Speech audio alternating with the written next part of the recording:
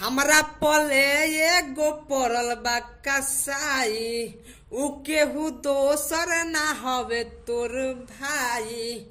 हमरा पले एगो पड़ल बा कसाई, उ केहू दोसर ना हवे तोर भाई। रात से उठता दरदिया रे, ननदिया रे, ननदिया रे, छाप द कमर पे हरदिया रे, ननदिया रे, ननदिया रे, छाप द कमर पे हरदिया रे। तो नमस्ते प्रणाम, हम आप सबके छोट भाई शंभू कुमार समर। तो आज यही ट्रैक पे लिख के ला दिया हूँ आप सबके लिए सुपर और शानदार छठ सॉन्ग फुल और फ्री। तो सॉन्ग स्टार्ट करने से पहले आप सबसे एक रिक्वेस्ट है कि हमारे चैनल पर नए हो तो हमारे चैनल को सब्सक्राइब कर लीजिए, ताकि जब भी मैं ऐसे ऐसे हिट मैटर लिख के डालूं तो सबसे पहले आप सबके पास पहुंचे। तो चलिए मुखरा स्टार्ट करते हैं। चढ़ल कार्तिक को अली छठी माई, श्रद्धा से मैया के करब पूजाई। चढ़ल कार्तिक को अली छठी माई, श्रद्धा से मैया के करब पूजाई।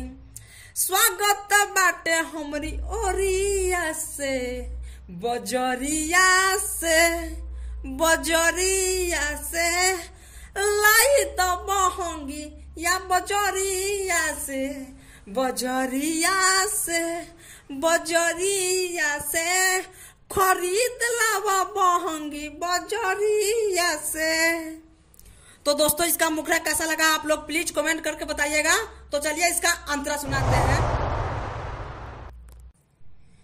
राजा जल्दी बाजारे से आई हो, जोरे नारियल कलश आई हो, कि पियर पियर एगो साड़ी खरीद ली हो, एगो अपन होला धोती कमीज लिहा। मांगो आशीर्वाद छठी मैया से, बजरिया से, बजरिया से, लाई तो बहंगी या बजरिया से, बजरिया से, बजरिया से, खरीद लावा बहंगी बजरिया से। तो दोस्तों इसका अंतरा कैसा लगा आप लोग कमेंट करके बताइएगा, और ये भी बताइएगा कि हम आगे कौन से ट्रैक पे गाना लिखे। तो चलिए इसका नाम अंतरा सुनाते हैं। शंभू समर छठी घाटे जई है, जाके घटिया पर अर्घ उठई है, टुन टुन मुँह के सब फोरे पर का धराधर, देखो सूरज देव आइल बरसेव का के घर। ललना मांगले छठी मैया से, बजरिया से, बजरिया से, लाई दो बहंगी या बजरिया से, बजरिया से, बजरिया से, खरीद लावा बहंगी बजरिया से। तो दोस्तों हमारा लिखा हुआ गाना कैसा लगा आप लोग प्लीज कमेंट करके बताइए। आगे मिलते हैं किसी नेक्स्ट वीडियो में। जय छठी माई।